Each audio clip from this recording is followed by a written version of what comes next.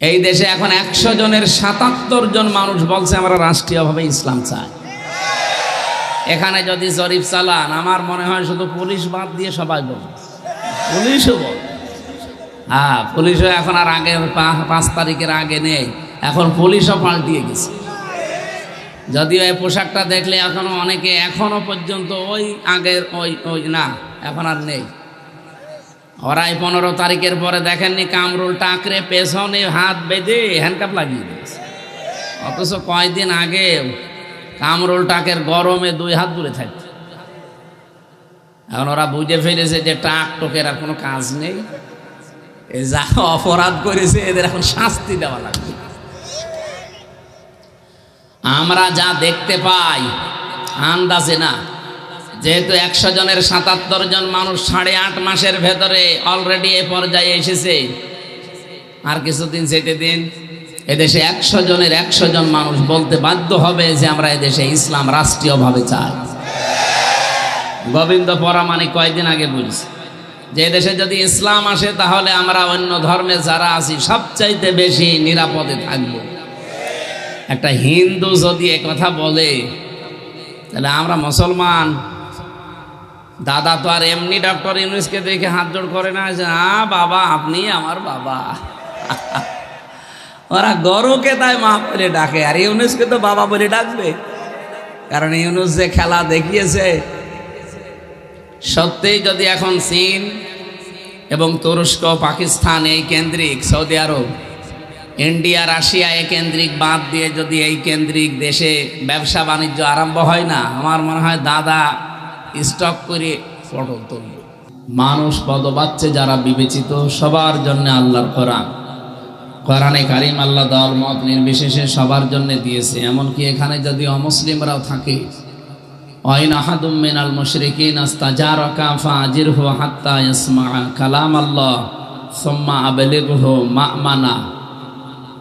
আল্লাহ তাআলা বলেন, হে নবী, মুশরিকরাও যদি কোরআন শুনতে আসে আপনি তাদেরকে নিরাপদে শোনার ব্যবস্থা করে দেবেন, আর শোনা যখন হয়ে যাবে ওই মানুষগুলোকে নিরাপদে বাড়ি পৌঁছিয়ে দেওয়ার দায়িত্ব নিয়ে নেবেন। ওয়াইন আহাদুম মিনাল মুশরিকিন আস্তাজারাকা ফাআজিরহু হাত্তা ইয়াসমাআ কালাম আল্লাহ সুম্মা আবলিগহু মা'মানা। গুরুত্বপূর্ণ বিষয় কিন্তু এই আয়াতটা আমরা অনেকবার পড়েছি জীবনে। তো এর ভেতরে যে কিছু গুরুত্বপূর্ণ তথ্য আছে আমরা অনেকে জানি না। আরে জানি না এই কারণে কিছু কিছু মানুষ এই এলাকায় জানি না, সাতক্ষীরা, বাগেরহাট, এই সমস্ত অঞ্চলগুলোতে গেলে ওরা বলে যে কোরআন শরীফ এটা শুধু আলেমদের জন্য, সাধারণ মানুষ পড়লে বুঝবে না, আরো খারাপ হয়ে যাবে। একটা কথা বললেন, ওয়ালাকাদ ইয়াসসারনাল কোরআনা লিযিকরি ফাহাল মিন মুদ্দাকির। আল্লাহ তাআলা বলেন এই কোরআন আমি সহজ করে দিয়েছি উপদেশ নেওয়ার জন্য। এরপরও কি কেউ নেই কোরআন থেকে উপদেশ নেওয়ার? আজকে আমাদের আলোচনা উপদেশমূলক হবে, এই জন্য আমরা বারবার কথা বলছি। কোরআন শুধুমাত্র আমরা মুসলমান যারা দাবি করছি আমাদের জন্য না, মানুষ যারা তাদের জন্য। কিন্তু এখন পৃথিবীতে 2টা জাতি তারা আর মানুষের পর্যায়ে নেই, তারা অলরেডি 2টা জাতিকে এখন তামাম দুনিয়ায় প্রায় 810 কোটি মানুষ, তারা আর এখন মানুষ বলে না, বলে এরা জানোয়ার। 1 নম্বরে ইহুদি, 2 নম্বরে মুশরিক। শুধুমাত্র বাংলাদেশে আমরা বলছি তা না, তামাম দুনিয়ায়। মাইক্রোসফট রিপোর্ট দিয়েছে পৃথিবীতে 257টা রাষ্ট্র, 810 কোটির উপরে মানুষ আমরা এখন দুনিয়ার এই জগতে আছি। সবচাইতে নিকৃষ্ট মানুষ এই 2টা জাতির ভেতরে বাস করছে, বিশেষ করে ইহুদিরা আর এই উগ্রপন্থী কিছু মুশরিক হিন্দুরা। সব হিন্দু খারাপ না, তো কিছু উগ্রপন্থী যারা আছে, এই যে মোদি দাদার মুরিদ, এগুলো মোদির নাম বলা ঠিক না, কারণ এর নাম বললে আমার মনে হয় আবার ওযু করা লাগবে। শয়তানের নাম বলাও সমস্যা, মুখটাই নাপাক হয়ে যায়। এত খারাপ মানুষ পৃথিবীতে এসেছে কিনা আমি জানি না, আর আসবে কিনা তাও আমার বিশ্বাস হয়। আমার মনে হয় জানোয়ারকেও যদি বলা হয়, জানোয়ারও লজ্জা পাবে, বলবে যে হুজুর আমার নাম বলবেন, ও আমার চাইতো নিকৃষ্ট। তাম পৃথিবীতে এখন তাকান, আল্লাহর ঘরগুলো ভাঙতেছে আর ধোয়া ধোয়া তুলতেছে, যেখানে নাকি 500 বছর আগে মন্দির ছিল। আমরা যদি ঢাকার স্বামীবাগের যে ইস্কন মন্দির এখন আওয়াজ তুলি যে এটা 1000 বছর আগে মসজিদ ছিল, ভেঙ্গে ফেলি, হবে? আপনারা কি আরম্ভ করেছে? আজকেও একটা মসজিদ ভেঙেছে। মসজিদ ভাঙছে না মুসলমানদের কলিজা ভেঙে খান খান করে দিচ্ছে। আশা করছি তাদের শুভবুদ্ধির উদয় হবে, এটা যেন বন্ধ হয়। আর যারা ওই দেশে আছেন, বিশেষ করে দাদা বাবুদের দেশে যারা বাস করেন, আপনারা কি আপনাদের বিবেকের উপরে কুকুরে প্রসাব করেছে? এই মাতালটাকে, পাগলটাকে থামাতে পারছেন না? পৃথিবীর জন্য এখন হুমকি হয়ে দাঁড়িয়েছে। কি কথা বুঝতেছেন? কোরআন শরীফ হেদায়েত দেবে পৃথিবীর সব মানুষকে, কিন্তু কেউ যদি আবা হয়ে যায়, অস্বীকারী হয়ে যায়, সীমা লঙ্ঘনকারী হয়ে যায়, তাদেরকে আর কোরআন হেদায়েত দেয় না। যেমন আমরা এর আগে দেখেছিলাম ফেরাউনকে, ও অস্বীকারী ছিল, সীমা লঙ্ঘনকারী ছিল। আবু সেহেলকে ও অস্বীকার তো করেছে, সীমাও লঙ্ঘন করেছিল, এজন্য হেদায়েত পায়নি। এই পৃথিবীতে এখনো জিন্দা মানুষের ভেতরে, বিশেষ করে আমার এই বাংলাদেশে বহু এরকম মানুষ দেখতে পাচ্ছি যারা অলরেডি অস্বীকার করছে এবং সীমা লঙ্ঘন করে ফেলেছে। ইন্নামা নুমলি লাহুম লিয়াজদাদু ইসমা ওয়া লাহুম আযাবুম মুহিন। মানুষ যখন পাপ করতে করতে সীমা ছাড়িয়ে চলে যায়, তখন তার কপালে আর হেদায়েত থাকে না, ওকে আল্লাহ অপমানজনক নিকৃষ্ট শাস্তির ভেতরে ফেলে দেয়। পাবনাবাসী, আমাদের কপালে যেন ওইরকম কিছু না আসে। আমরা কোরআন থেকে হেদায়েত পেতে চাই ইনশাআল্লাহ। সুতরাং সবাই মিলে দল মত নির্বিশেষে আমরা শুকরিয়া আদায়ের মাধ্যম যেটা আছে বলেন আলহামদুলিল্লাহ। এটা একটা বাক্য, শুকরিয়া আদায় করার জন্য একটা বাক্য এটা। কিন্তু কেউ যদি কোনো নিয়ামতের শুকরিয়া আদায় করতে চায়, তার পদ্ধতি 3টা। কয়টা? পাবনাবাসী খেয়াল করবেন, সূরা ইব্রাহিম 7 নম্বর আয়াতে আছে, লাইন শাকারতুম লাযিদান্নাকুম ওয়া লাইন কাফারতুম ইন্না আযাবি লাশাদীদ। অবশ্যই কেউ যদি আমার নিয়ামত পেয়ে শুকরিয়া আদায় করে, লামে তাকিদ নুনে সাকিলা, আল্লাহ গ্যারান্টি দিয়েছেন অবশ্যই ওটা আমি বৃদ্ধি করে দেব। এখন নিয়ামতের শুকরিয়া আদায় করবেন কি করে? 1 নাম্বার পদ্ধতি, আপনাকে মুখে স্বীকার করা লাগবে যে হ্যাঁ এটা নিয়ামত। আজকে যে আলোচনা হচ্ছে, পৃথিবীতে 3টা জায়গায় যদি কেউ সম্পদ খরচ করে, সময় ব্যয় করে, কিয়ামতের দিন ওই সম্পদের ওই সময়ের হিসাব আল্লাহর কাছে দেওয়া লাগবে না। 1 নম্বরে কোরআনের পেছনে কারো যদি সময় ব্যয় হয়, কিয়ামতের দিন এই সময়টা আল্লাহ হিসাবের বাইরে রাখবে। 2 নম্বরে কেউ যদি পরিবারস্থ লোকদের জন্য সম্পদ খরচ করে, সময় খরচ করে, কিয়ামতের দিন ওই সময়ের ওই সম্পদের হিসাব দেওয়া লাগবে না। 3 নম্বরে যারা জিহাদের ময়দানে কাজ করে, নিজে যদি যেতে না পারেন, তাদেরকে সাহায্য করলে ওই সম্পদ ওই সময় ওর হিসাব আল্লাহ নেবেন না। আজকে যেহেতু ব্যয় হচ্ছে সময়টা কোরআনের পেছনে, নাকি সবাই না, কত মানুষ আজকেও তার প্রেমিকার পেছনে সময় ব্যয় করছে। আপনি যদি বিশ্বাস না হয় রাস্তাঘাটে দেখেন, ওরা এখনো আল্লাহর নাম নিয়ে চালাচ্ছে না। আপনারা থামেন। একবার মাহফিল পেয়েছিলাম, কোন জেলায় যে আমার মনে আসতেছে না, এদিকে আলোচনা চলছে আর ওদিকে শুনলাম যে গ্যাঞ্জাম। কি হয়েছে? বলে 2 জন এসে বাঁশতলায় ধরা খেয়েছে। আমি বললাম আল্লাহ, আমারে ওয়াজে বসে ওরা আর এক ওয়াজে আছে। এরকম ওয়াজে এলাকায় কেউ নেই তো? না, আছে, আপনি হয়তো টের পাচ্ছেন না। যারা আছে তাদের ওই ওয়াজ বন্ধ করা দরকার। কারণ আজকে আমরা সময় ব্যয় করতে এসেছি কোরআনের পেছনে, নাকি হামজার পেছনে? কোরআনের পেছনে। কোরআনের পেছনে যদি সময় আপনি ব্যয় করেন, আপনি যেহেতু মনে করছেন যে এটা নিয়ামত, এটা নিয়ামত না। এখানে আসা বসা শ্বাস প্রশ্বাসে নিঃশ্বাসে নেকি হচ্ছে, যদি কিছু নাও হয় তাও গুনাহ হচ্ছে না। অন্তত এই যে মাগরিব থেকে পর্যন্ত যারা বসে আছেন, কিছু যদি সওয়াব আল্লাহ নাও দেয়, একটাও গুনাহ হয়নি। হয়েছে ওই হালকা পাতলা বিড়ি যারা খেয়েছে হালকা গুনাহ হতে পারে।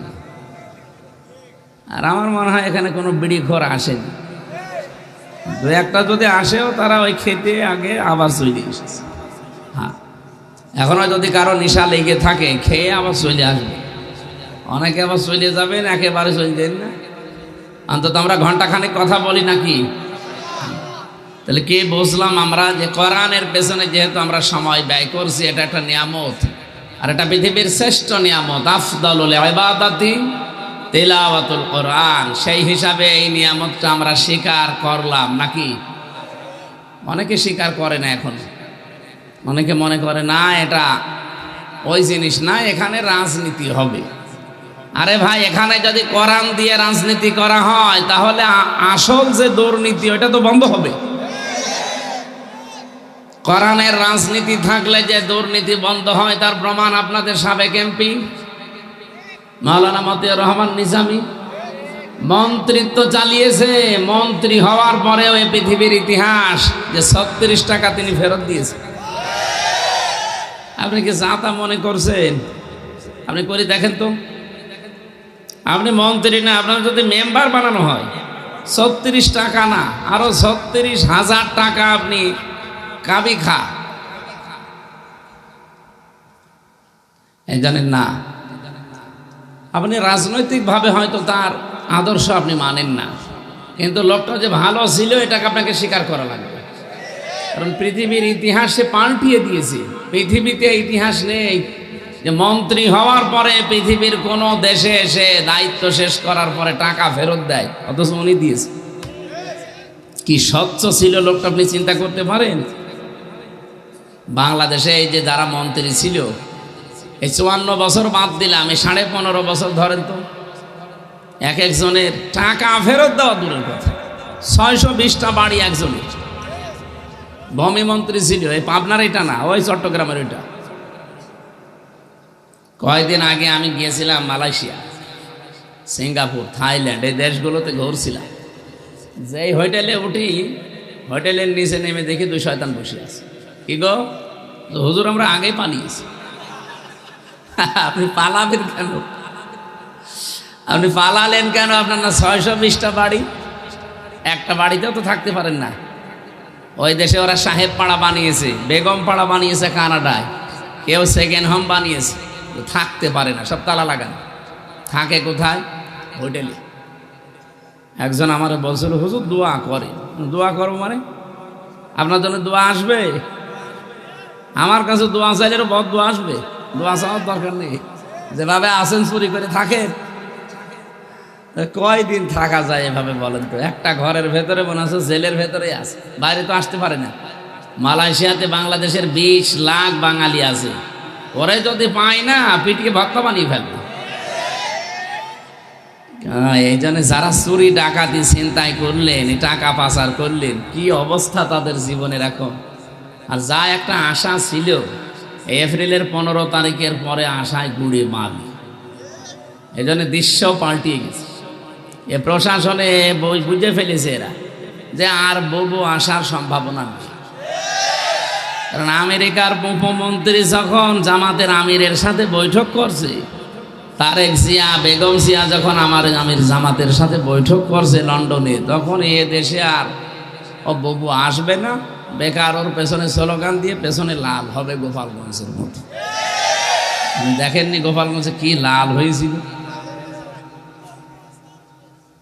এমন লাল করেছিল এই প্রশাসন পিটিয়ে। ওই সময় শুনতাম গোপালগঞ্জ থেকে কেউ ঢাকায় যদি আসে, বসে আসলে 300 টাকা, দাঁড়িয়ে আসলে 1000 টাকা। বলটা কি করি? প্রশাসন কি ভাই বন্ধু বাবা বলে মেরেছে, একেবারে যা বলা দরকার তাই বলে পিটিয়েছে। আর্মির গাড়িতে আগুন লাগিয়েছে, কি সাহস হতে দেখেছে? ওই বউ ওস্কানি দিত আর লাফাইত। কিন্তু 15 এপ্রিলের পরে উস্কানি অলরেডি বন্ধ হয়ে গেছে।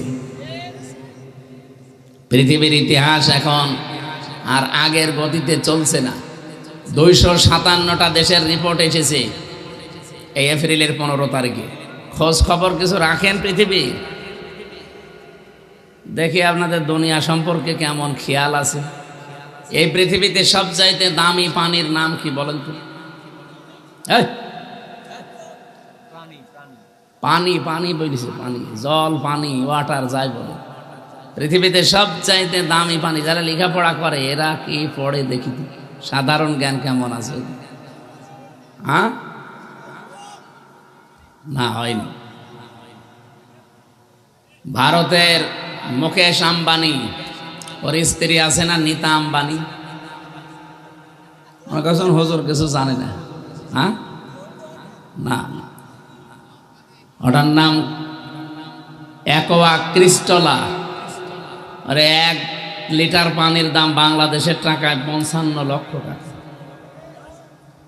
আমার মাঝে মাঝে মনে হয় এই মহিলা যদি 24 ঘন্টায় 4-5 বোতল পানিও খায়, তাহলে কমপক্ষে 3 কোটি টাকার শুধু পানি খায়।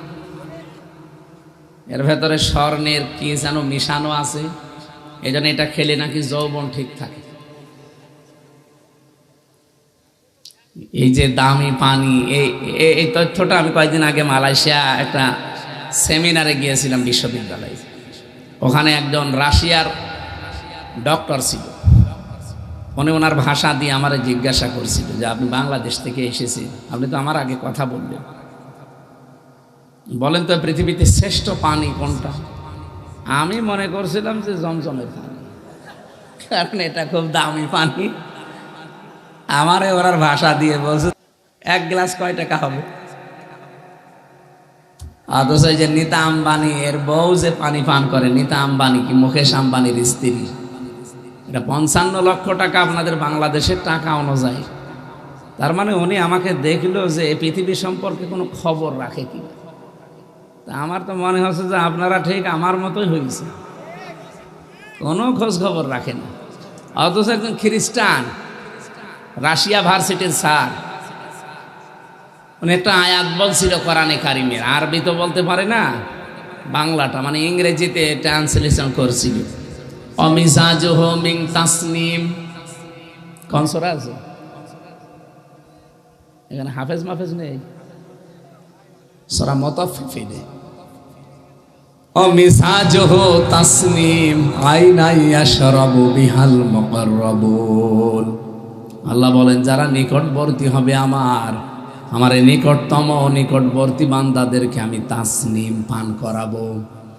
এই তাসনিম যেটা বলা হয় এইটারই এখন এই যে নাম দিয়েছে ইংরেজিতে ক্রিস্টলা, অ্যাকোয়া। সম্মানিত ভাইরা, দুনিয়া সম্পর্কে একটু খোঁজ খবর রাখা লাগবে। এপ্রিলের 15 তারিখে 257টা দেশের রিপোর্ট দিয়েছে খ্রিস্টান, মাইক্রোসফট থেকে। পৃথিবীতে বাংলাদেশের রিপোর্ট হচ্ছে আগস্টের 5 তারিখের আগে এই দেশে মানুষ 100 জনের মাত্র 15 জন বলতো আমরা রাষ্ট্রীয়ভাবে দেশে ইসলাম চাই। কতজন? মাত্র 15 জন 100 জনের, তার ভেতরে এই লোকটা হবে একজন। কি আপনি রাষ্ট্রীয়ভাবে ইসলাম চান না? হ্যাঁ, চান না? হ্যাঁ, তার মানে 100 জনের মাত্র 15 জন, উনি একজন। 15 তারিখের পরে এখন রিপোর্ট এসেছে এই দেশে এখন 100 জনের 77 জন মানুষ বলছে আমরা রাষ্ট্রীয়ভাবে ইসলাম চাই। এখানে যদি জরিপ চালান, আমার মনে হয় শুধু পুলিশ বাদ দিয়ে সবাই বলবে, পুলিশও বল। হ্যাঁ, পুলিশও এখন আর আগে 5 তারিখের আগে নেই, এখন পুলিশও পাল্টিয়ে গেছে। যদিও এই পোশাকটা দেখলে এখনো অনেকে এখনো পর্যন্ত ওই আগের ওই না, এখন আর নেই। ওরা এই 15 তারিখের পরে দেখেননি কামরুল টাকরে পেছনে হাত বেঁধে হ্যান্ডকাপ লাগিয়ে দিয়েছে, অথচ কয়েকদিন আগে কামরুল টাকের গরমে 2 হাত দূরে থাকত। এখন ওরা বুঝে ফেলেছে যে টাক টোকের আর কোনো কাজ নেই, যা অপরাধ করেছে এদের এখন শাস্তি দেওয়া লাগবে। আমরা যা দেখতে পাই আন্দাজে না, যেহেতু 100 জনের 77 জন মানুষ 8.5 মাসের ভেতরে অলরেডি এ পর্যায়ে এসেছে, আর কিছুদিন যেতে দিন, এদেশে 100 জনের 100 জন মানুষ বলতে বাধ্য হবে যে আমরা এদেশে ইসলাম রাষ্ট্রীয়ভাবে চাই।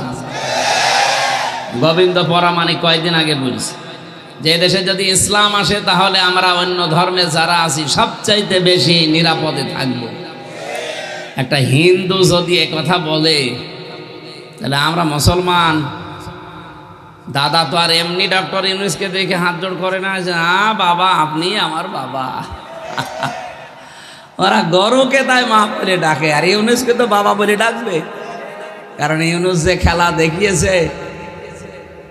সত্যিই যদি এখন চীন এবং তুরস্ক, পাকিস্তান এই কেন্দ্রিক, সৌদি আরব, ইন্ডিয়া, রাশিয়া এই কেন্দ্রিক বাদ দিয়ে যদি এই কেন্দ্রিক দেশে ব্যবসা বাণিজ্য আরম্ভ হয় না, আমার মনে হয় দাদা স্টক করে পটল তুলবে। যে উদ্যোগগুলো হাতে নিয়েছে একটু দৃশ্যমান হোক, দেশের প্লট পাল্টিয়ে যাবে ইনশাআল্লাহ। আর এর সাথে যদি সামনে কোরআনে কারীম যুক্ত হয়, সোনায় সুহাগা হয়ে যাবে।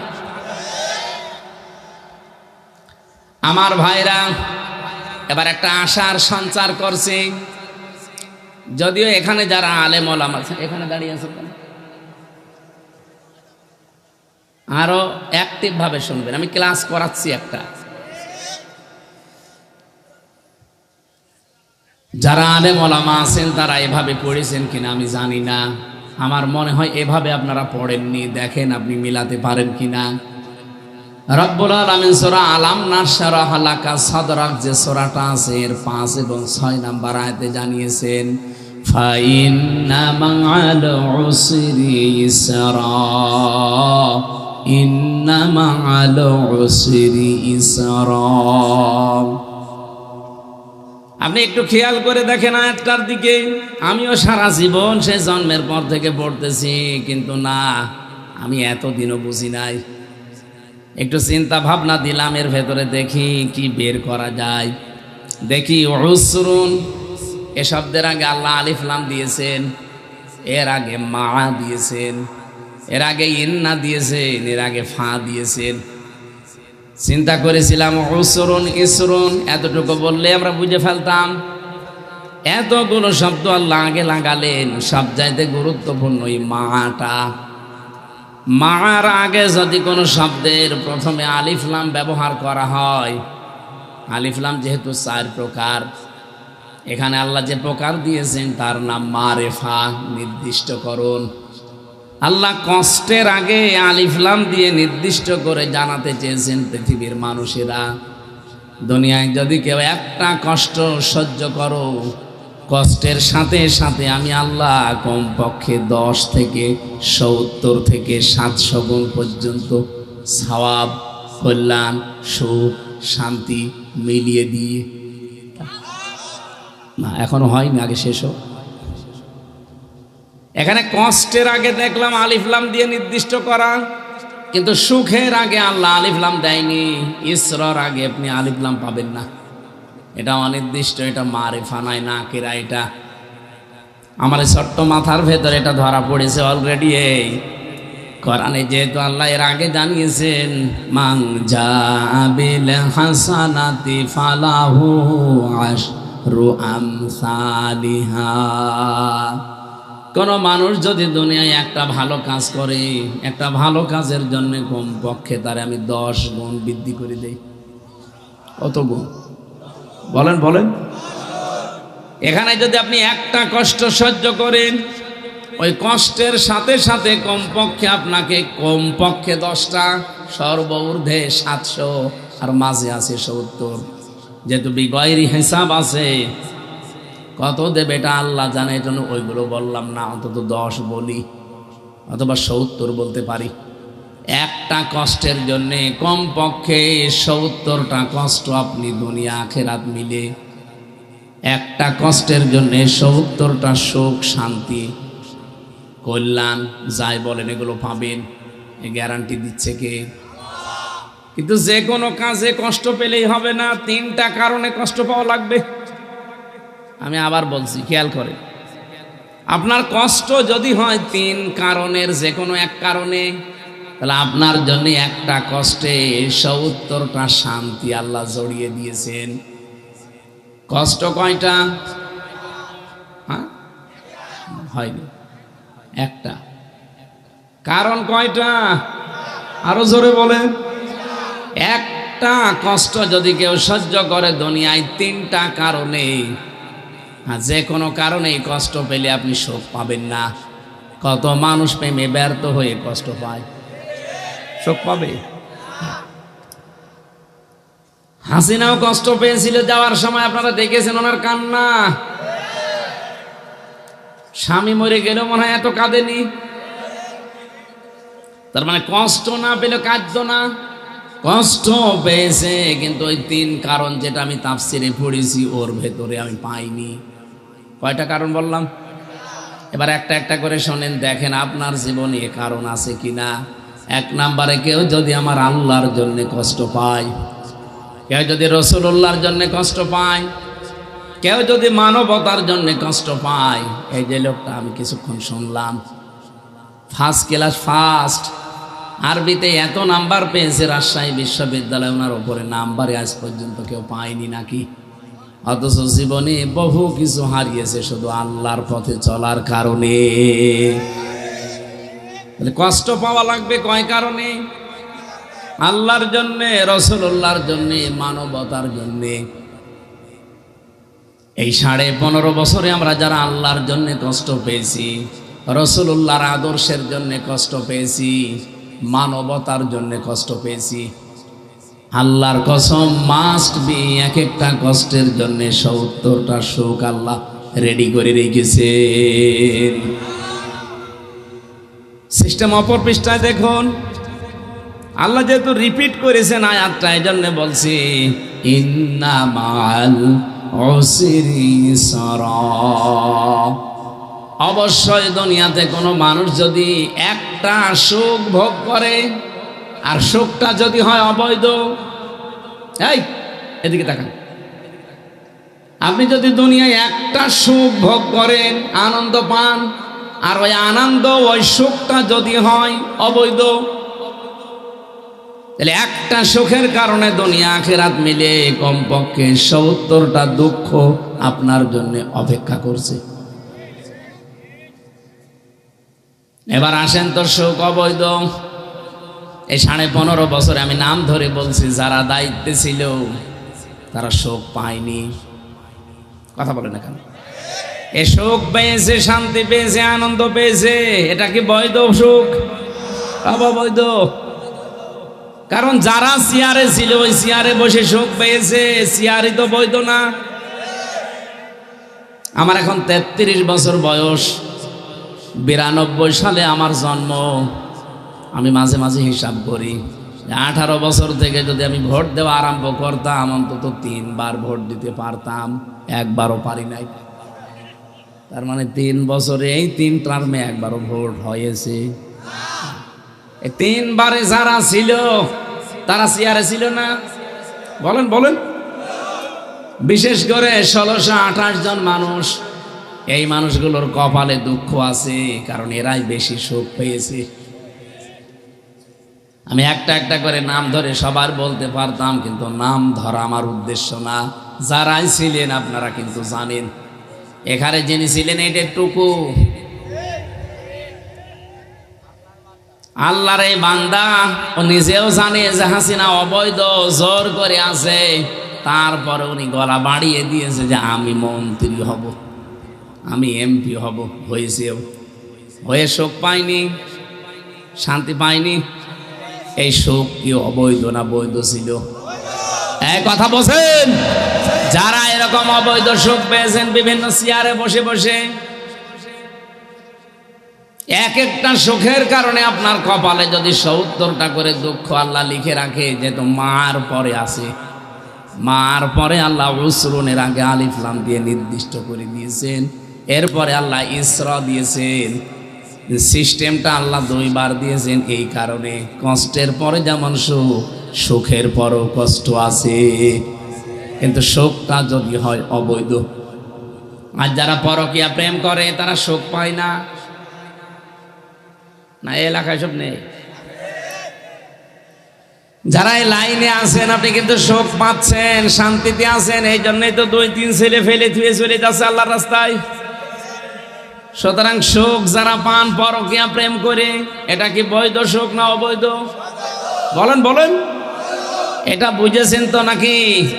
এরকম অবৈধ সুখে যারা আছেন এই মুহূর্তে তওবা করেন যে এরকম কাজে আমি আর থাকবো না। হাত তোলেন। আরে বাবা, তুমি লাইন করে বসে আছো। এই দাঁড়িয়ালা, আউযুবিল্লাহ, কার সাথে লাইনে যাব না? আয় না, আমি হাসির খোরাকি দেই। এমনিতে যারা হাত তুলছে তুলুক, আপনি দাঁড়িয়ালা আমার হাত দিলেন না।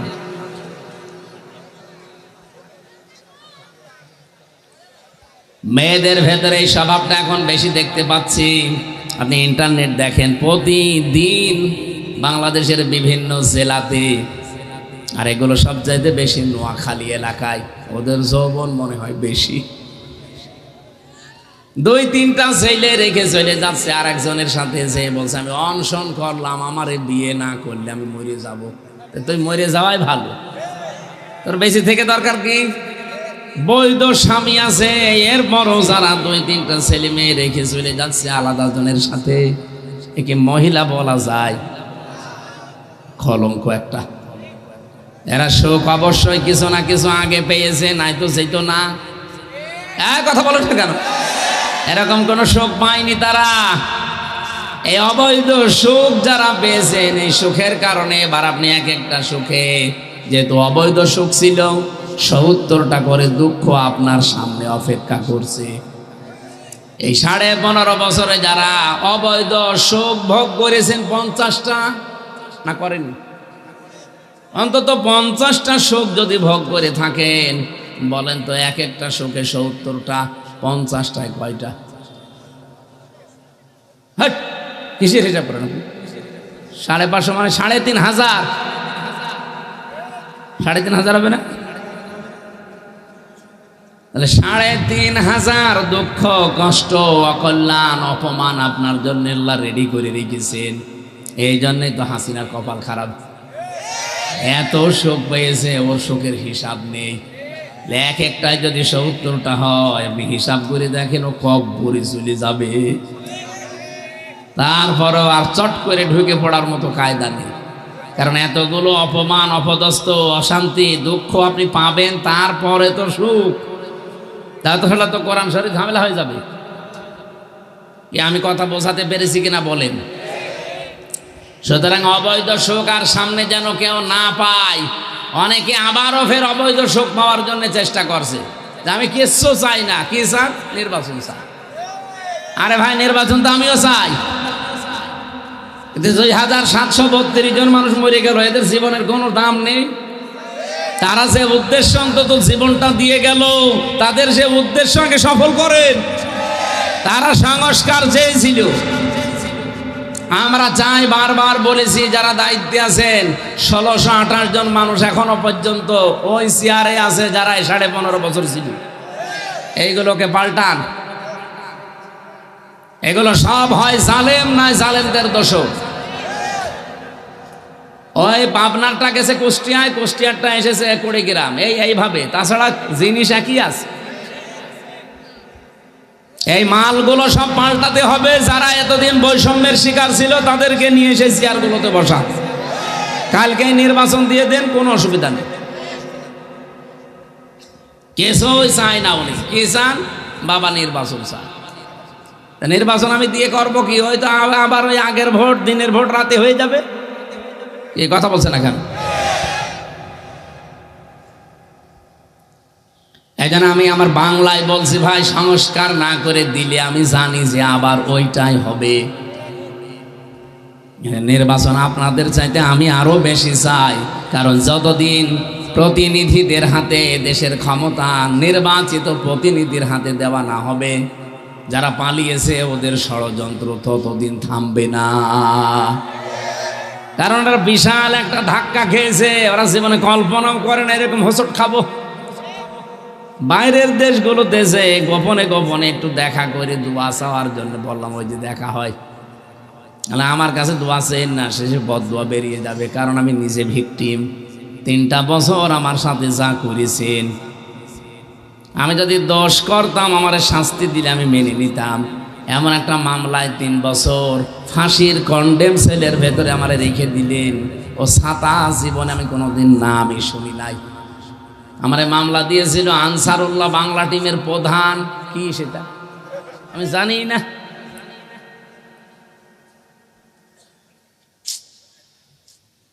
যারা রিমান্ডে নিয়ে 8 স্তরে আমার প্রশ্ন করত, এতগুলো রিমান্ডের যে বিভিন্ন রকমের গোয়েন্দা সংস্থা আসতো একটার পরে একটা, এসে জিজ্ঞাসা করতো, হুজুর এটা জানেন? আমি জানবো কি করে, জীবনেতে আপনার কাছে শুনলাম। ওরা মানে নিজেরাও বলতো যে আপনি কিছু জানেন না, আমরাও জানি, কিন্তু উপরওয়ালার নির্দেশ। আজ বাংলাদেশের প্রশাসনের উপরে এখনো সাধারণ মানুষের রাগ। এই পোশাক এদের জন্য না, শুধুমাত্র উপরওয়ালা কিছু কুলাঙ্গার ছিল তাদের জন্য মানুষ এখন এদেরকে দেখতে পারে। এই মানুষগুলোকে লাঠিয়াল বাহিনী হিসাবে ব্যবহার করেছে এই কিছু উপরের অফিসার ছিল, এই কুলাঙ্গার এগুলো।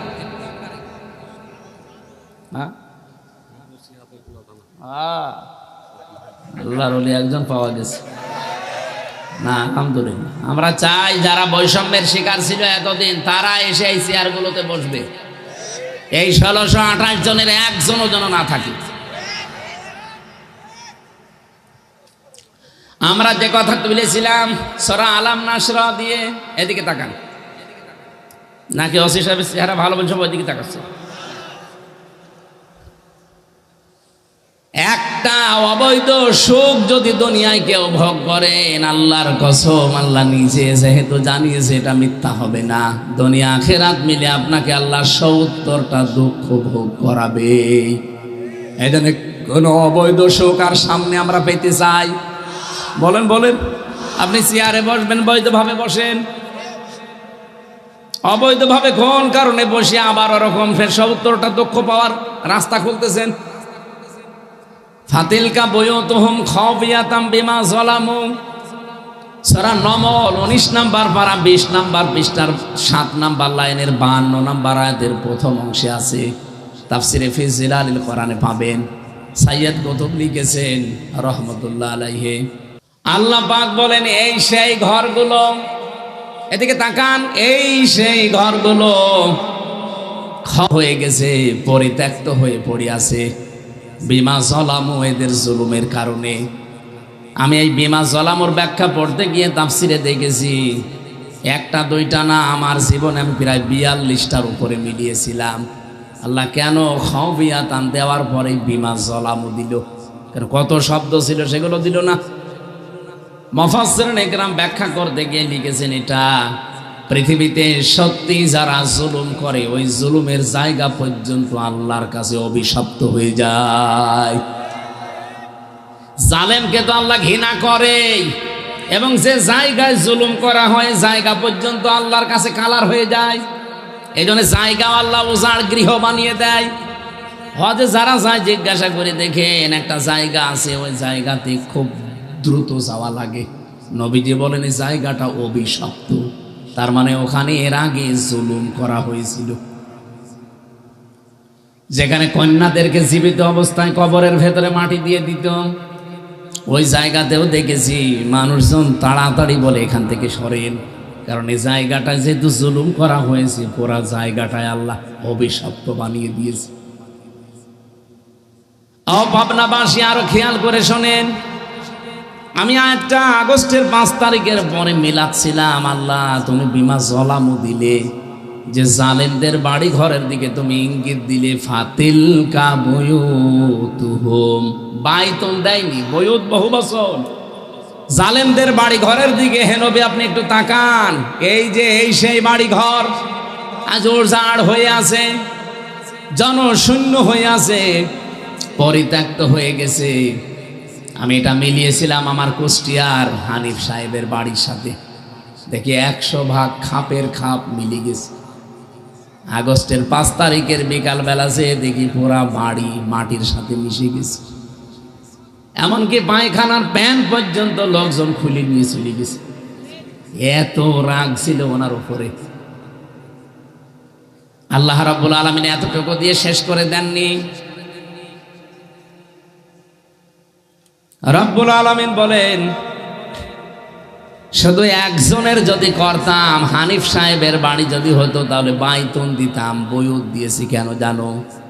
তামাম পৃথিবীতে এরকম বহু জালেমের আস্তানা আছে। আপনি অধিকাংশ জালেমের বাড়ির মাটির নিচে টর্চার সেল পাবেন, আয়না ঘর এরকম কিছু পেয়ে যাবেন। মানবতার উপরে এত কঠিন অবস্থা তারা তৈরি করেছিল, আল্লাহর আরশ পর্যন্ত কেঁপে গেছে। আমি গতানুগতিক কথা বলি না ভাই, বাস্তবের সাথে মিললে বলি, না হলে আয়াত বাদ দিই না। যেটা আমি বসবো না ওটা আপনাকে বোঝাবো কেন? আমি দেখতে পাচ্ছি জালেমরা যেখানে যেখানে, বাংলাদেশে 630টা থানা আছে, যেখানেই গিয়েছি জালেমদের বাড়ি ঘর নেই, সব উলটপালট করে ফেলেছি। আল্লাহ এতটুকু যদি শেষ করে দিত তাও আমি আয়াতটা নিয়ে আসতাম না। এরপরেরটা আমাদের জন্য, ইন্না ফি যালিকা লাআয়াতাল লিকাউমি ইয়ালামুন। আরবি গ্রামার যারা বোঝে, দুইটা জিনিস এখানে দেখবেন আছে, ইন্না আছে আর লামে তাকিদ আছে। আল্লাহ তাআলা বলেন অবশ্যই এর ভেতরে শিক্ষা আছে যারা জ্ঞানী তাদের জন্য। কি শিক্ষা? আপনি চিন্তা করতে পারেন, আগস্টের 5 তারিখের আগে হানিফ সাহেবের বাড়ি ভাঙা না, ওর বাড়ির দিকে চোখ তুলে কেউ তাকালে তার জায়গা হতো জেলখানা। কারণ উনি বাংলাদেশের 3 নাম্বার জায়গায় ছিলেন। অথচ আগস্টের 5 তারিখের পরে আপনি চিন্তাও করতে পারেন না, তারাও কোনোদিন কল্পনায় আনে না যেটা হতে পারে। কারণ পরিকল্পনা সব আমরা যা করি আমাদের ওপরে আর একটা আছে। আমারটা হয়তো একরকম হতে পারে, কিন্তু উনি যেটা করে রেখেছে ওইটাই হবে। কে কথা বলে না কেন? আল্লাহ বলেন অবশ্যই জ্ঞানীদের জন্য এখানে শিক্ষা। কি শিক্ষা আছে? ফাকতিয়া দাবিরুল কওমিল্লাযিনা যালামু। এটা সূরা আনআমে আছে, 7 নাম্বার পারা, 12 নাম্বার পৃষ্ঠা, 4 নাম্বার লাইনের 45 নাম্বার আয়াতের প্রথম অংশে আছে। আল্লাহ বলেন জালেমদের শিকড় কাটা হয়ে গেছে। কেটেছে কে?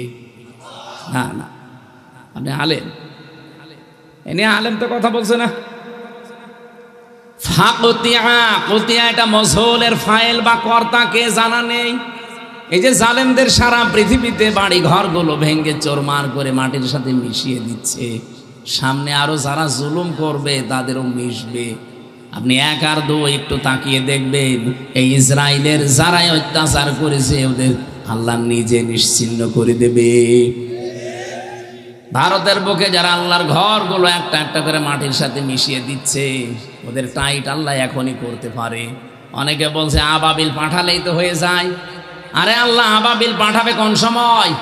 1500 বছর আগে আল্লাহ যখন আবাবিল পাঠিয়েছিল, ওই সময় ঘর রক্ষা করার জন্য এরকম মুসলমান ছিল না।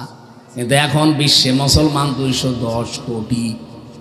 এত মুসলমানকে আল্লাহ দুনিয়ায় বাঁচিয়ে রেখেছেন, এরপরও তার ঘর ভাঙে। আর আমরা যদি আঙ্গুল চষি, আল্লাহ কোন দায় পড়েছে যে এখনই তুমি আবাবিল পাঠাবেন? তাহলে আমাদের মতো মুসলমান পৃথিবীতে থাকার দরকার কি? আল্লাহ পাঠাতে পারে নাকি সে শক্তি এখন আর নেই? যেটা বলতে চাই, এখান থেকে জালেমদের শিকড় যেহেতু কাটা হয়ে গেছে, কে কেটেছে কেউ জানে না। প্রশাসনের লোক আছে, এখন যদি কুষ্টিয়ার সদর থানায় মামলা দিতে যান যে হানিফের বাড়ি ভেঙেছে, কে ভেঙেছে কেউ জানে না। হ্যাঁ, কেউ জানে না। অথচ জিনিসপত্র একটাও নেই। বললাম পায়খানার প্যানও খুলে নিয়ে চলে গেছে। এখান থেকে আমাদের জন্য আল্লাহ যেটা দিতে চেয়েছেন, আমি যেটা পেয়েছি, দেখেন তো মেলে কিনা। ইন্না ফি যালিকা লাআয়াতাল লিকাওমিন ইয়ালামুন। অবশ্যই এখানে তোমাদের যাদের জ্ঞান আছে, মগজে যাদের কাজ করে তাদের জন্য শিক্ষা। কি? জালেমদের এত বড় শিকড়, ইউনিয়নের দারোয়ান থেকে সংসদ পর্যন্ত সব জায়গায় জালেমদের সব লোক রেডি করা ছিল। আপনি প্রত্যেকটা বিভাগে দেখবেন ওদের 2-3 স্তরে লোক ছিল। রিমান্ডে আমারে 8 ভাবে প্রশ্ন করেছে। প্রশাসনের এক একটা ধাপ আসতো, এক এক রকম প্রশ্ন করত। মামলার আয়ু থেকে শুরু করে একেবারে বিচারপতি পর্যন্ত সব জালেমদের লোক সেট করা। আমার পক্ষে শুধু দাঁড়িয়েছিল আমার মামলার উকিলটা, তা উকিলের কথা বলা শুনি না।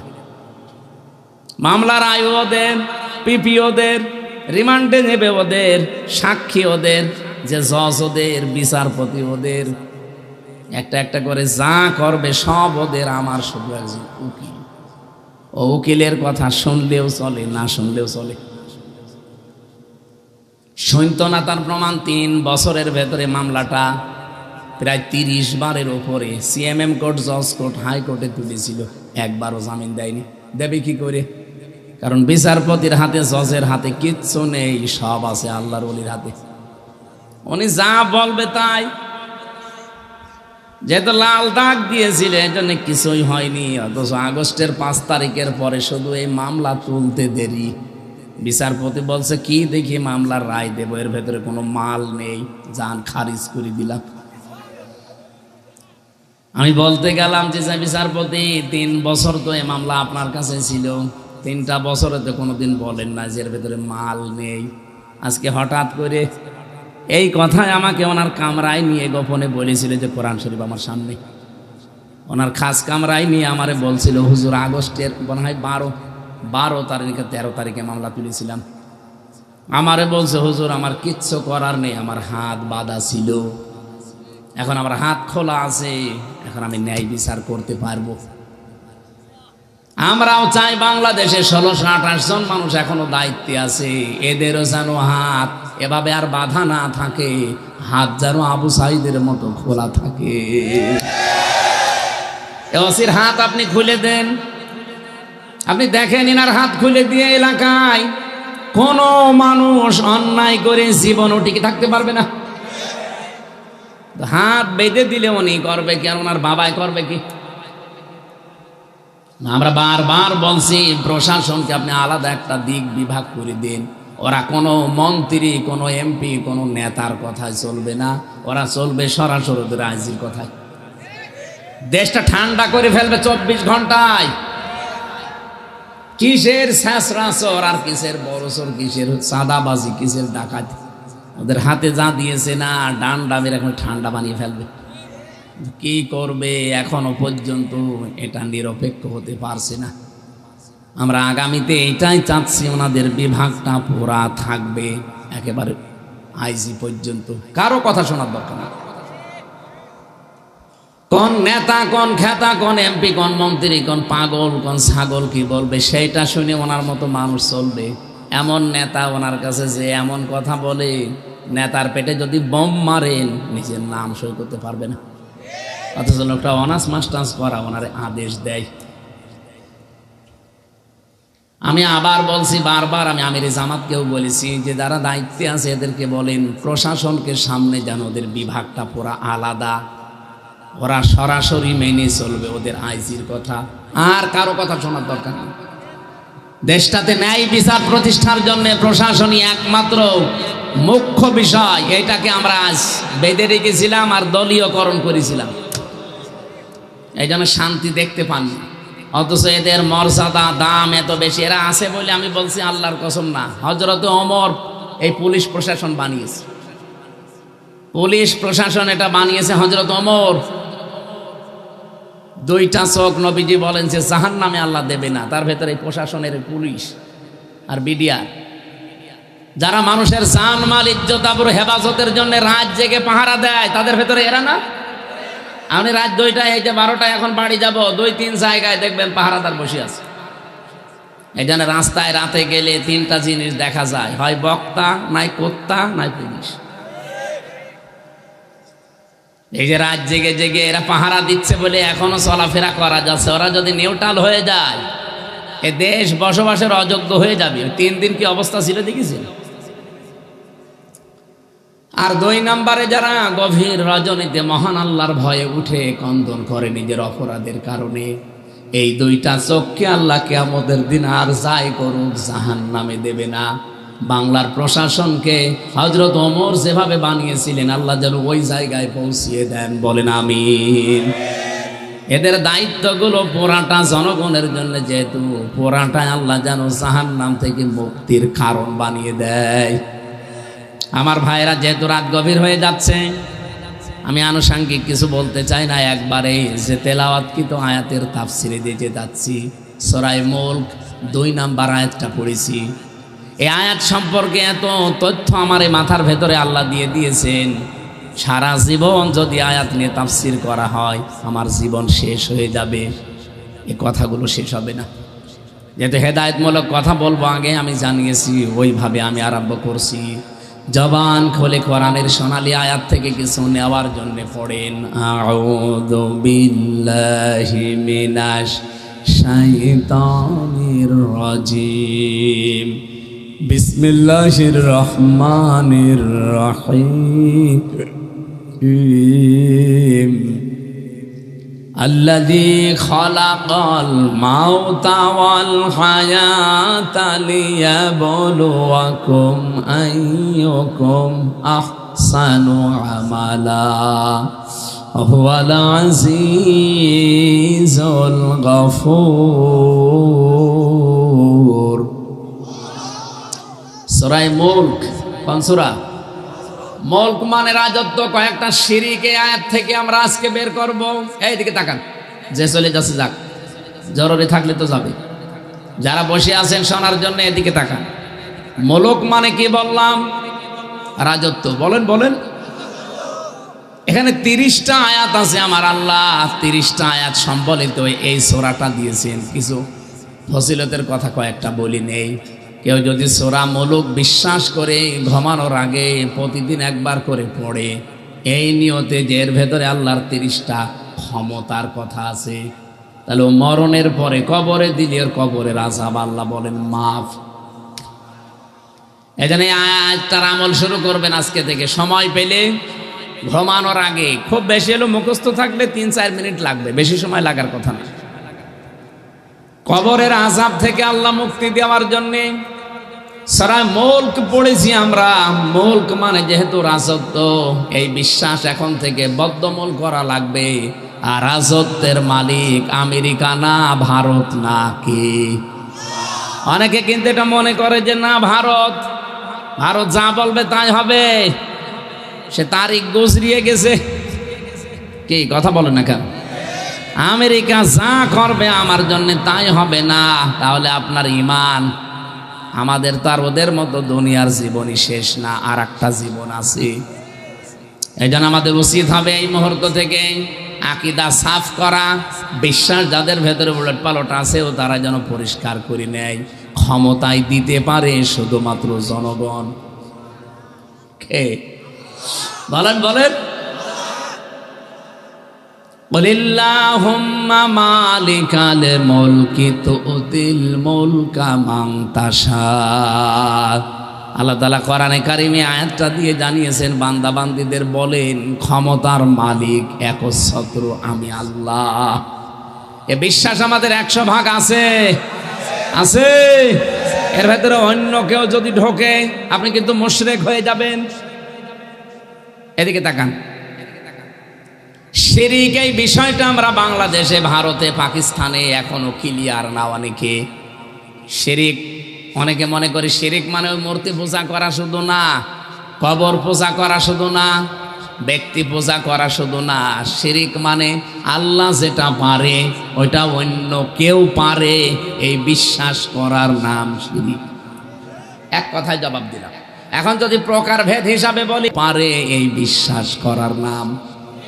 আর শিরিক যে করে সে মুশরিক। বলেন বলেন। আর মুশরিকের জন্য জান্নাত হারাম, জাহান্নাম ওয়াজিব। সুতরাং গুরুত্বপূর্ণ পয়েন্ট থেকে আমাদেরকে সে রোগ, অন্তরের যে রোগ আছে এটা পরিচ্ছন্ন করতে পারে একটা আল্লাহর কোরআন বুঝে তেলাওয়াত করা, আর একটা মরণের চিন্তা করা। এটা যদি সত্যিই মন আপনি ওইভাবে তৈরি করতে পারেন, আপনার দ্বারা অন্যায় হওয়া অসম্ভব। 24 ঘন্টা আপনার টেনশনে থাকবে আমার তো কোনো গ্যারান্টি নেই। কচুর পাতায় পানি আছে, তাও তো একটা গ্যারান্টি আছে যে এতটুকু সময় পড়তে পারে। তা আমার যে ভেতরে নড়াচড়া করছে রুহু, এর কোনো গ্যারান্টি, কারণ এর পুরাটাই কন্ট্রোল করছে কে? নবীজি বলেন মানুষের আমাকে প্রশ্ন করতো ওয়ায়াসআলুনাকা আনির রূহ কুলির রূহু মিন আমরি রাব্বি। হে পৃথিবীর মানুষেরা, আমাকে যদি কেউ প্রশ্ন করে যে ভেতরে যেটা নড়াচড়া করে এর রুহু এটা কি, আল্লাহ পাক বলেন নবী আপনিও জানেন না, আপনি শুধু বলেন যে এটা আল্লাহর হুকুম। আমা উতীতুম মিনাল ইলমি ইল্লা কলিলা। মানুষকে আমি যত সামান্য জ্ঞান দিয়েছি এই জ্ঞান দিয়ে সে এই পর্যায়ে পৌঁছাতে পারবে না। সুতরাং ভেতরে যেটা আছে এটা কিন্তু হুকুম কার? তাহলে আমার ভেতরে যেটা আছে সেইটা আল্লাহর হুকুম। আমি মাস্তানি করছি কার উপর ভর করে? আমার তো পেছনে কোনো ব্যাকআপ লাগবে মাস্তানি করার জন্যে। তা আমি যার উপরে ভরসা করে এগুলো করছি তা আমার তো সেইটাই কন্ট্রোলে নেই, সেইটাও কন্ট্রোল করছে কে? এদিকে তাকান। আমি জেলে যাওয়ার আগে 20 সালে একবার একটা মাসলা দিয়েছিলাম ফতোয়া। কুষ্টিয়ার হালসায় আমাদের গ্রামে জেনা করেছিল নারী আর পুরুষ, বিবাহিত হলে যদি জেনার শাস্তি। আমারে ফতোয়া জিজ্ঞাসা করেছে, আমি বললাম তাদের শাস্তি হচ্ছে এই মাটির ভেতরে বুক পর্যন্ত গেড়ে দিলে পাথর অথবা ইট দিয়ে মেরে দুনিয়া থেকে বিদায় করা, সঙ্গে সার করা। এটা হচ্ছে কোরআনের বিধান। এখন ফতোয়া পর্যন্ত দেওয়া আমার কাজ, এটা কি বাস্তবায়ন করা আমার কাজ? আমার পেছনে কোনো ব্যাকআপ আছে, কোনো শক্তি আছে? আমি ফতোয়া দিলাম, রায় দিয়ে গ্রামবাসীকে বললাম কাজ করে ফেলবে। ও সঙ্গে স্যার ওই মহিলাকে না, সঙ্গে স্যার তো আমারে করে। ওই মহিলারে দেখা যাচ্ছে বাঁধতেছে আর এদিকে পুলিশ আমারে ধরে নিয়ে সঙ্গে স্যার করে দিয়েছে। বলবে ওসি সাহেব নিজে বলবে এদেশে কোরআনের আইন কায়েম আছে, আপনি ফতোয়া পর্যন্ত দেন, কার্যকর করতে গেলেন কোন কারণে? কিন্তু এটা যদি সৌদি আরব হতো, আফগানিস্তান হতো, ওই দেশের যারা বড় বড় ইমাম মুফতি আছে, সরকারি সার্টিফিকেট আছে আমার যেমন, ওনাদের যারা আছে তারাই ফতোয়া দিয়ে না কার্যকর করে জমার দিন সবার সামনে দেখাতো। কারণ তাদের সামনে কি আছে? তাদের সামনে পেছনে ব্যাকআপ আছে, শক্তি আছে। আমি সেটার উপরে ভর করে দুনিয়ায় হারামি খারাপি কাজ করে বেড়াই। কার উপর ভরসা করি? আমার জীবনের উপরে। জীবনই তো আমার কন্ট্রোলে নেই। কি কথা বলছেন এখন? কুল্লু নাফসিন যায়িকাতুল মাউত ওয়া ইন্নামা তুওয়াফাউনা উজুরাকুম ইয়াউমাল কিয়ামাহ ফামান সুহসিহা আনিন নার ওয়া উদখিলাল জান্নাতা ফাকাদ ফাজ। সূরা আলে ইমরান 185 নম্বর আয়াতে আল্লাহ বলেন প্রত্যেকটি জীব মারা যাবে, জীবন যারে দিয়েছি তার মরণ লাগবেই। আমাদের নবীর মতো এত ভালোবাসার জিনিস তো আল্লাহর কাছে ছিল না, তারও মরা লিখেছে। এমনকি আজরাইল আর ফেরেশতা জিবরাইল দুইজন এসে বলেছিল হে রাসূল যতদিন থাকতে চান থাকতে পারবেন। নবীজি বলেন তারপরে কি? মরা লাগবে। কারণ এটা থেকে আজ পর্যন্ত আল্লাহ কাউকে রেহাই দেয়নি, কিয়ামত পর্যন্ত কাউকে দেবেও না। নবীজি বলেন ও ভাই জিবরাইল, মরাই যদি লাগে তখন এই নশ্বর দুনিয়ায় থেকে আমি করব কি? তাড়াতাড়ি করে আমার বন্ধুর কাছে আমারে নিয়ে চলো। আল্লাহ যে মাওতা দিয়ে আয়াত শুরু করলাম এইটা বলার জন্য পর্যন্ত আসলাম। হযরতে আজরাইল বলে হে নবী তাহলে আমি শুরু করলাম। বুকের ওপরে শুধু হাতটা দিয়েছিলেন। বিশ্বনবী চিৎকার মেরে বলে ভাই তাড়াতাড়ি হাত সরান। কেন? মনে হচ্ছে উহুদ পাহাড় আমার বুকের ওপরে রেখে দিয়েছেন। অথচ আমি তার জীবনী পড়ে দেখেছি রাহিকুল মাখতুম, বিশ্ব নবী মুহাম্মদ রাসূলুল্লাহর পুরা জীবন লেখা আছে। নবীজির এই শরীরের ভেতরে আমার মতো হামজার 70 হামজার শক্তি ছিল। এত বড় মহান মানুষ, শক্তিশালী মানুষ পৃথিবীতে, তার এখানে হাত দিয়েছে আজরাইল। এটাই যদি মনে হয় যে উহুদ পাহাড় দেখেছে হাত সরান, তাহলে আমাদের তো হাতও দেওয়া লাগবে না, শুধু আঙ্গুল দিলেই শেষ। কথা বলেন না কেন? কোরআনে কারিমে আল্লাহ তাআলা জানিয়েছেন জাত সাকারাতুল মাউতি বিল হক ইলা আখিরি আয়া। পৃথিবীর ময়দানে সব কিছু মিথ্যা হতে পারে, কিন্তু মরণের যন্ত্রণা মিথ্যা না, এটা সত্য। কেউ রেহাই পায়নি এটা থেকে। আমাদের সামনে মরণ নেই। আরো জোরে বলেন। পৃথিবীর একজন জীবনী পড়েছিলাম হযরতে ইদ্রিস আলাইহিস সালাম। উনি কিন্তু শখ করে মৃত্যুবরণ করেছিলেন। হযরতে আজরাইল একবার আল্লাহকে বলে, রব্বুল আলামিন, তোমার নবী ইদ্রিস খুব সুন্দর, আমার বন্ধুত্ব করতে মনে চায়, শুধু অনুমতি দাও, আমি একটু বন্ধুত্ব করি, দেখি কেমন। অনুমতি নিয়ে আসলেন, বলে আমি আজরাইল এসেছি আপনার সাথে বন্ধুত্ব করব। উনি বলছেন, না, আমি যার তার সাথে বন্ধুত্ব করি না, কারণ বন্ধুর প্রভাবে পৃথিবীতে সবচাইতে বেশি পড়ে জীবনে। এখানে ওসি সাহেব আছে, এই জন্য আমি কথাটা তুললাম। আপনাদের ছেলে মেয়ে কার সাথে বন্ধুত্ব করে, কার সাথে মেশে, এটা আপনার দায়িত্ব। অনেকে বাড়ি বাড়ি লোক পাঠাবে, কিছুদিন পরে যখন বাবা খাবে, ডাল খাবে, তখন ওনাদের দোষ দেবে যে ওনারা দায়িত্ব পালন করেনি। আরে দায়িত্ব তো আপনার ছিল। কার সাথে বন্ধুত্ব করে, কোথায় যায়, কয়টার সময় রাত্রে আসে, ছোটকাল থেকে খোঁজ খবর নেননি, এখন বয়স 25 বছর, এখন যদি বলতে চান আপনারে পিটিয়ে বাড়ি থেকে বের করে দেবে।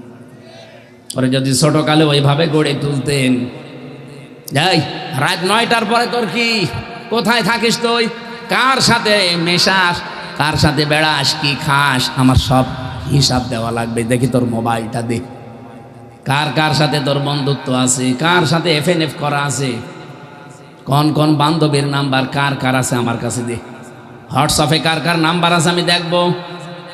আপনি যদি এই খোঁজ খবর নিয়ে আস্তে আস্তে তারা গড়ে তুলতে পারেন, আর যদি দিনের শিক্ষাটা তার ভেতরে থাকে যে আল্লাহর পরে কিন্তু আপনার স্থান, আল্লাহর কসম ওই ছেলে মেয়ের দ্বারা আপনি কোনোদিন লাঞ্ছিত হবেন না, বৃদ্ধাশ্রমে যাওয়া লাগবে না। রাজশাহীতে 4টা ছেলে মেয়ে লোকটার, অথচ ট্রেনের নিচে মাছা দিয়ে আত্মহত্যা করে মরে গেল।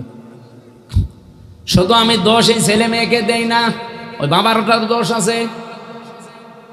যদিও মর্মান্তিক ঘটনার জন্য আমি দুঃখিত, কিন্তু এই ছেলে মেয়েরও দোষ শুধু দিলে হবে না। আরে ভাই, ছেলে মেয়ে 4টা, তার 2টা ছেলে 2টা মেয়ে, ওরা জানেই না যে বাবাটা কি জিনিস। আল্লাহর পরে যে বাবার স্থান, মায়ের স্থান, ওরা তো জানেই না। ওরা যদি জানতো যে 2 বউর কারণে বাবাকে বাড়ি থেকে বের করে দিয়েছিল, ওই বউর মতো 1000 বউ তালাক দিত, তাও বাবারে বাড়ি থেকে বের করে দিত না। তা আপনি তো তারা জানাননি, সে ছেলে মেয়ে জানবে কি করে যে আপনার মর্যাদা কি তার কাছে? নবীজি বলেন, হোমা জান্নাতুকা হোমা নারুকা। ওই পৃথিবীর মানুষেরা সাবধান, মার বাবা এই 2টাই তোর জান্নাত, এই 2টাই তোর জাহান্নাম। যদি খুশি রাখতে পারো বৈধ কাজ করে জান্নাতি পেয়ে যাবা, আর যদি নারাজ হয়ে যায় বৈধ কোনো কারণে, আমি নবী বলছি তুমি জাহান্নামের দরজা অলরেডি ক্রয় করে ফেলেছো। বলেন নাউজুবিল্লাহ। কত বাড়িতে আজ বাবা মা অসহায় হয়ে পড়ে আছে আমি নিজে জানি।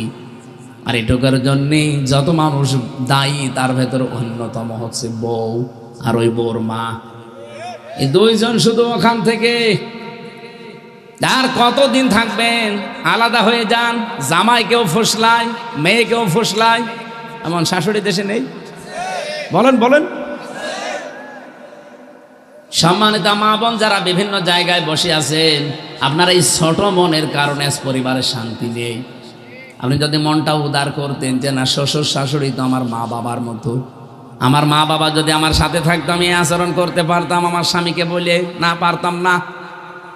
আমি নিজে যেহেতু একজন জামাই, আমি নিজে একজন স্বামী, আমি যে কোরআন হাত দিয়ে বলতে পারি, আমি আমার শ্বশুর শাশুড়িকে যেই নজরে আমরা দেখি, বউগুলো যদি আমাদের মা বাবাকে ওই নজরে দেখতো, বাংলাদেশে কোনো সন্তান আলাদা হওয়া লাগতো না।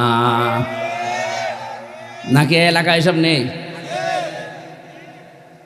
আছে মানে থানায় যেয়ে দেখেন কত মামলার নালিশ দিতে আছে।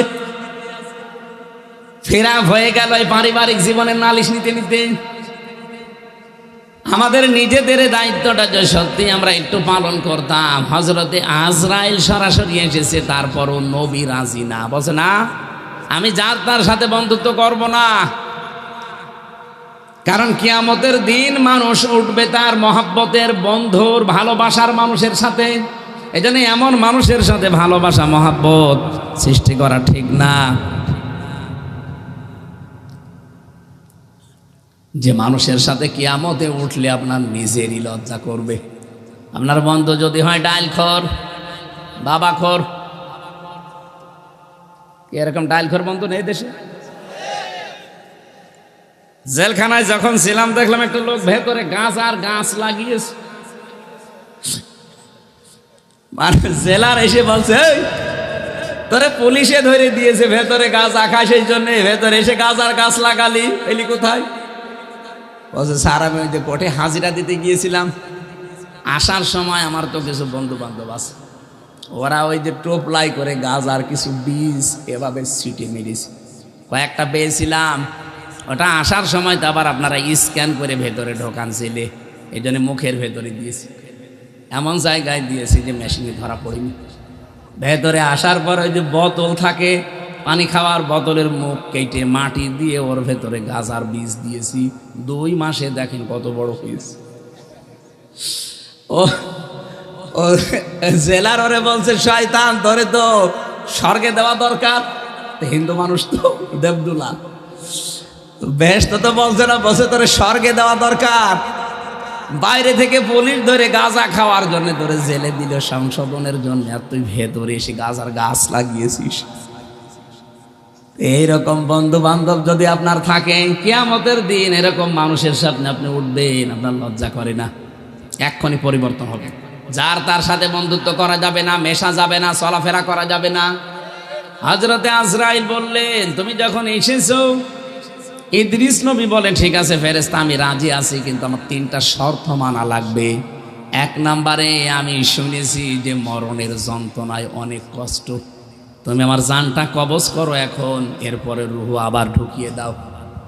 হযরতে আজরাইল বলে রব্বুল আলামিন গিয়েছিলাম তো নবী মনে করে ভালো জায়গায়, কিন্তু এত ভেজাল, তো মরিয়ে দেখতে চাই।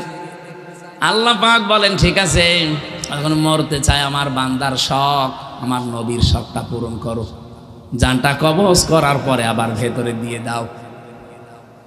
রূহ কবজ করে যখন দিয়েছে, বলে কি আর কিছু বাকি? হ্যাঁ আমি জাহান্নাম দেখতে চাই, শুনেছি জাহান্নামে নাকি মানুষ গেলে মরেও না, বাঁচেও না, কেমন জাহান্নাম আল্লাহ বানিয়েছে, আমার নিয়ে চলেন। জাহান্নাম ঘুরিয়েছে, এবার বলেন চলেন। ঠিক আছে দেখলাম, আর একটা শর্ত বাকি আছে, আপনি আমার একটু জান্নাতটা দেখান। আমি শুনেছি নাকি জান্নাত আল্লাহ এমন ভাবে বানিয়েছে যে মানুষের চোখ দেখে নাই, কান শোনে নাই, হৃদয়ে কল্পনা বোধহয় হয় নাই, আপনি আমার একটু দেখান তো কেমন। ভেতরে নিয়ে গেছে, ঘুরতেছে, জান্নাত পরিভ্রমণ করছে, বলেন এবার চলেন। হযরতে ইদ্রিস নবী বলে ফেরেশতা তুমি চলে যাও, আমি আর যাব না। কেন? আমি আল্লাহর বক্তব্য জানি, খালিদিনা ফিহা লা ইয়াবগুনা আনহা হিওয়ালা। আল্লাহ বলেন কোন মানুষ যদি জান্নাতে একবার আসতে পারে, কোনোদিন আমি আল্লাহ তারে আর বের করে দেব না, আর সে বের হতেও চাইবে না। আল্লাহ তো নিজেই জানিয়েছে যে বের করে দেবে না, বারবার ডিস্টার্ব করো, চলে যাও। হযরতে আজরাইল বলে রব্বুল আলামিন এখন আমি কি করি? আল্লাহ পাক বলেন ফিরে আসো ফেরেশতা, আমার নবী ইদ্রিসের কপালে আমি এইটাই লিখেছিলাম। তার জীবনী পড়তে গিয়ে তাফসিরে পেয়েছি এই যে হযরত ইদ্রিস নবী শখ করে মৃত্যুবরণ করেছিলেন, তার এই শখের মৃত্যুতে কেমন কষ্ট হয়েছিল জানেন? একটা জীবিত ছাগলকে নবীজি বলেন জিন্দা অবস্থায় চিরে ওরা চামড়া ফেলে দিয়ে লবণ দিলে যেমন কষ্ট হয়, ঠিক এই রকম কষ্ট হয়েছিল। পাবনাবাসী উনি মৃত্যুবরণ করেছিলেন শখ করে, তাও নবী মানুষ, তাও আল্লাহর আদরের নবী, যেমন তেমন নবী না, এত বড় আদরের নবী শখ করে মৃত্যুবরণ করে যদি এইরকম কষ্ট পায়, আমরা যারা মরতেই চাই না তাদের কোনো কষ্টই নেই। নবীজির মতো মানুষ যদি এই কষ্ট সহ্য করতে পারে যে আজরাইল তাড়াতাড়ি হাত তুলে ফেলো, আমি আর পারি না, এই জন্য প্রত্যেকের জীবনে যেহেতু অপেক্ষা করছে, আর কোনো গ্যারান্টিও নেই, যখন তখন চলে আসতে পারে। বসে আছি, দাঁড়ানোর গ্যারান্টি আছে? নেই। আর পৃথিবীর প্রতিটি মানুষের হায়াত কিন্তু সমান। হযরত আদম নবীর পৃষ্ঠদেশ থেকে যখন আমাদের সবাইকে আল্লাহ একদিনে বের করেছিলেন আলমে আরওয়ার জগতে, রূহের জগতে, ওখান থেকে এই যে একটা একটা করে আল্লাহ দিচ্ছে, পাঠাচ্ছে, সাপ্লাই দিচ্ছে। হয়তো 100 বছর 150 বছর পরে আবার চলে যাবেন, আবার নতুন মানুষ আসবে, আমরা আবার চলে যাব, আবার আসবে, আবার চলে যাব।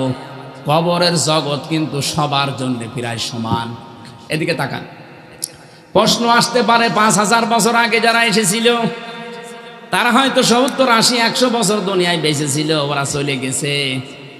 এখন আমরা এতদিন পরে আসলাম, ওরা কতদিন কবরে আছে আর আমরা এতদিন পরে কবরে যাব। কবর সমান হয় কি করে? হ্যাঁ সমান। হযরত আদমের পৃষ্ঠদেশ থেকে যেহেতু আমাদের সবাইকে আল্লাহ একদিনে বের করেছেন, আর ওইটা ছিল আলমে আরওয়াহ, রুহের জগৎ। এরপরে আর একটা যে জগৎ আসতেছে এটা আলমে বারজাখ, পর্দার আড়ালের জগৎ। রুহের যে জগৎটা ছিল ওইটাও যেহেতু পর্দার আড়ালের জগৎ, মরণের পরে যেটা আসবে এটাও পর্দার আড়ালের জগৎ।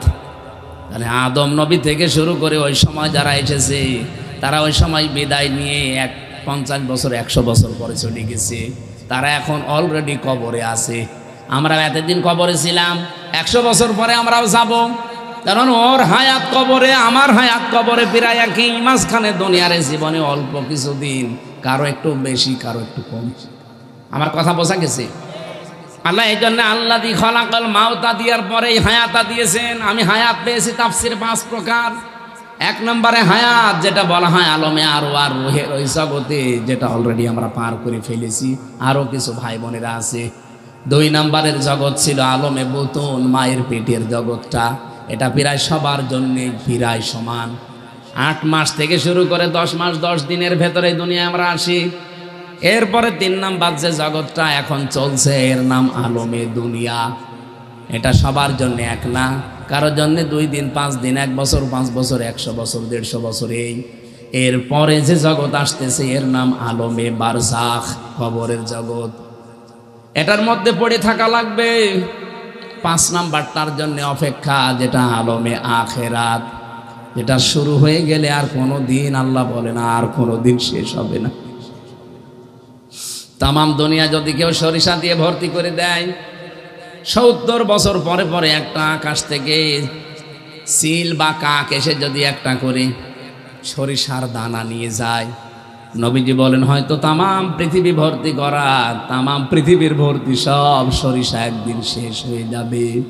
কতদিন পরে পরে আসে? 70 বছর পর। কিন্তু মানুষের মরণের পরে যে যুগ শুরু হচ্ছে, যে হায়াত, ওই হায়াতের কোনো শেষ নেই। এই হায়াতের ভেতরে আমরা অলরেডি 2টা পার করেছি, সামনে 2টা আছে, মাঝখানেরটায় আমরা আছি। রব্বুল আলামিন বলেন কেন বানালাম এই মাঝখানেরটা জানো?